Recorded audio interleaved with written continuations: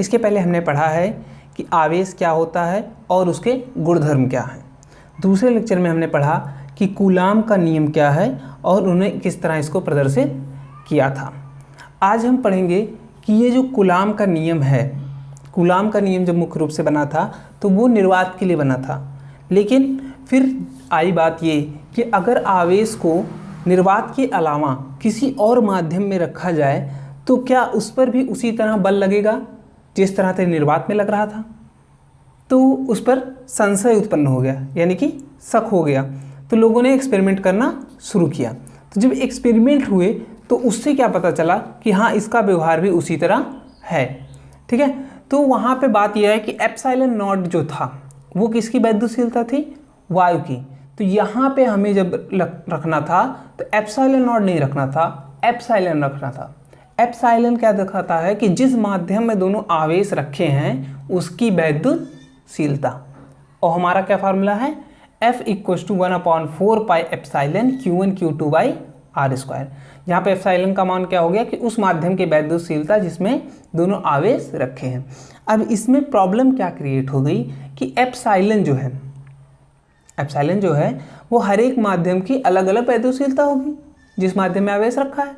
तो सभी अलग अलग माध्यम की वैद्युतशीलता का जो मान होगा वो अलग अलग होगा। तो सभी को ज्ञात करना पड़ेगा, सभी को याद रखना पड़ेगा। तब तो ये बड़ा झमेला वाला काम हो गया। तो कहा क्या गया कि एक काम करते हैं, इसको अलग अलग रखेंगे और एप्सिलॉन की जब अलग अलग वैल्यू रखेंगे तो 1/4 पाई एप्सिलॉन की वैल्यू भी अलग अलग आएगी और उसमें गुणा भाग भी बहुत ज़्यादा करना पड़ेगा। तो किया क्या गया कि एक काम करते हैं कि सापेक्ष वैद्युतशीलता निकाल लेते हैं। सापेक्ष वैद्युतशीलता का मतलब होता है किसी चीज़ के सापेक्ष में उसका दूसरे वाले का मान निकालना। जैसे आप कहते हो कि कोई वस्तु 2 किलो है, ठीक है, लेकिन आपके पास कुछ भी मापन के लिए कोई भी यंत्र नहीं है। तो आप अपना हाथ लेते हो, दोनों हथेली, और उसको ऐसे भर लेते हो, उसमें आप चीनी भर के एक किनारे रख लेते हो। तो आप क्या कहते हो? इसी से 4 हथेली है चीनी। अगर 4 हथेली चीनी है, 4 हथेली भर के है, तो आप कहोगे 4 हथेली चीनी है। यहाँ पे कोई मापन तो है नहीं, लेकिन आपने मात्रक किसको मान लिया? किसको माना? अपनी हथेली को। अपनी हथेली को आपने 1 मान लिया और उसी से आपने मान लिया दूसरे वाले का मान। तो इसी तरह एप्सिलॉन नॉट यानी कि किसी भी की वैद्युतशीलता को इस वैद्युतशीलता जो कि निर्वात की वैद्युतशीलता थी उसी के सापेक्ष निकाल लिया गया कि अगर वायु की वैद्युतशीलता 1 है, अगर वायु की वैद्युतशीलता 1 है तो दूसरे वाले की अगर वैद्युतशीलता वायु की दुगनी है तो उसकी वैद्युतशीलता कितनी हो जाएगी? 2। ठीक है, दुगनी है तो 2, 3 गुनी है तो 3 और 4 गुनी है तो 4, यानी कि उसको 1 मान लिया गया। जैसा कि केमिस्ट्री में होता है, आपको पता होगा कि C12 के जो परमाणु थे उन्हीं को लेके 1 मोल डिफाइन किया गया था और उसी से सबका परमाणु भार निकाला गया था। तो उसी तरह एप्सिलॉन नॉट को यहाँ पे क्या मान लिया गया है? एक मानक, और उसी के सापेक्ष में सभी की वैद्युतशीलता ज्ञात कर ली गई। तो यहाँ आप देखिए, जहाँ हमने क्या लिख दिया है 1/4 pi epsilon not K Q1 Q2 by R square. K यहाँ पर क्या होता है? परावैद्युतांक या सापेक्ष वैद्युतशीलता। अब किसी की भी सापेक्ष अगर आप वैद्युतशीलता निकाल रहे हो तो वो क्या होगा? अच्छा, दोनों की अगर तुलना करेंगे तो आप देख रहे हो यहाँ एप्सिलॉन नॉट K है और यहाँ एप्सिलॉन है, तो एप्सिलॉन बराबर एप्सिलॉन नॉट K आ जाएगा। ठीक है, तो K बराबर क्या हो जाएगा? एप्सिलॉन नॉट का इधर पक्षांतर कर दो, यहाँ गुणे में तो यहाँ भाग में, तो एप्सिलॉन बटा एप्सिलॉन नॉट हो जाएगा। तो K क्या है? उस माध्यम का परावैद्युतांक या फिर सापेक्ष वैद्युतशीलता। अब VIP पॉइंट में आप जान लो कि वायु के लिए जो K होता है वो 1 होता है। भैया उसी के सापेक्ष मानोगे तो 1 ही तो होगा। अब 1 मुट्ठी अगर आप मान रहे हो, मानक ले रहे हो, और उसी से 1 मुट्ठी चावल निकले तो उसका मान 1 ही तो होगा। आप कहोगे 1 है, ठीक है, लेकिन और किसी के लिए क्या होगा? 1 से ज़्यादा, K का मान 1 से ज़्यादा होगा। अब कूलाम का नियम जो होता है, आप जानते हो कि बल जो होती है वो एक सदिश राशि होती है।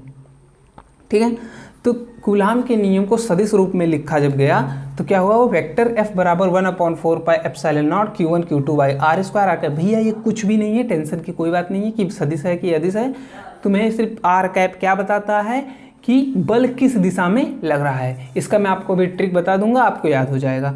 ठीक है, तो बल की दिशा हो गई कि बल की दिशा आर कैप से बताएगा, और कुछ भी मतलब नहीं है। आप निकालो और उठा के बल की दिशा में रख दो। अब देखिए, अगर किसी आवेश Q1 पर Q2 की वजह से बल की गणना करते हो, ठीक है, तो आर कैप की दिशा क्या होगी? Q1 पर आप कैलकुलेट कर रहे हो किसकी वजह से? Q2 की वजह से, तो बल की दिशा Q2 से Q1 की तरफ होगी। यानी कि जिसके ऊपर आप बल गणना कर रहे हो बल की, या कैलकुलेट कर रहे हो, उससे उसकी तरफ होगी। ठीक है, अब Q2 पर Q1 की वजह से बल की गणना करते वक्त, अब Q2 पर कर रहे हो किसकी वजह से? Q1 पे। भैया कि कोई अगर बल लगाएगा तो ढकेलेगा, तो यही तो आप कहोगे कि ढकेल रहा है या फिर खींच रहा है। तो कौन काम कर रहा है? काम कौन कर रहा है? जो व्यक्ति काम कर रहा है उस पर। ठीक है, वो Q1 हो गया, और जिस पर काम हो रहा है वो Q2 हो गया। तो जिस पर हम बल लगा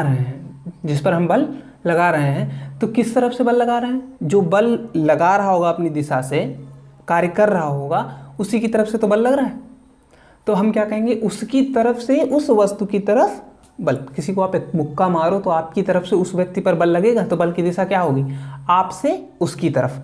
तो उसी तरह अगर किसी वस्तु पे अगर आप बल की गणना कर रहे हो तो किधर से किधर होगी? जिस वस्तु की वजह से जिस वस्तु पर बल लग रहा है।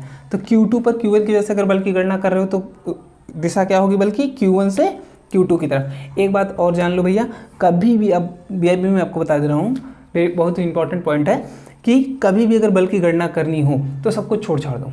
ये सब बातें अगर वेक्टर फॉर्म में पूरी तरह आएगी, IJK 3D में आएगी तब जाके दिक्कत है, वरना अगर 2D में आती है तो आपको सीधे करना है। भैया समान आवेश होंगे तो क्या करेंगे?